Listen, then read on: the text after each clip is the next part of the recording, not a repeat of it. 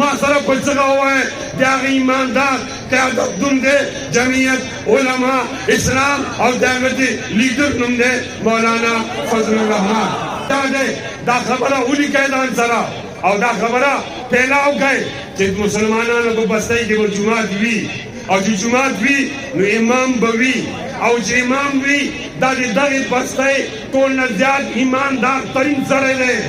دا ایماندار سړی موږ پیدا کړی دی تا وګړي پیدا کړي دي یو وی دی غل دی بل وی دی غل دی نن د پاکستان مسله کرپشن دی وایما ډېر جرأت سره وایما که تاسو ایماندار قیادت نه تنشیوی ہے دالا نمینالی کی مایوس آئے ایران تمو گو رہے افغانستان تمو گو رہے چین تمو گو رہے انڈیا تمو گو رہے سا وطن کی ایماندار قیادت سا چی دیاغا پلمن منی یو داغ نشتا پنزول کو قبض نشتا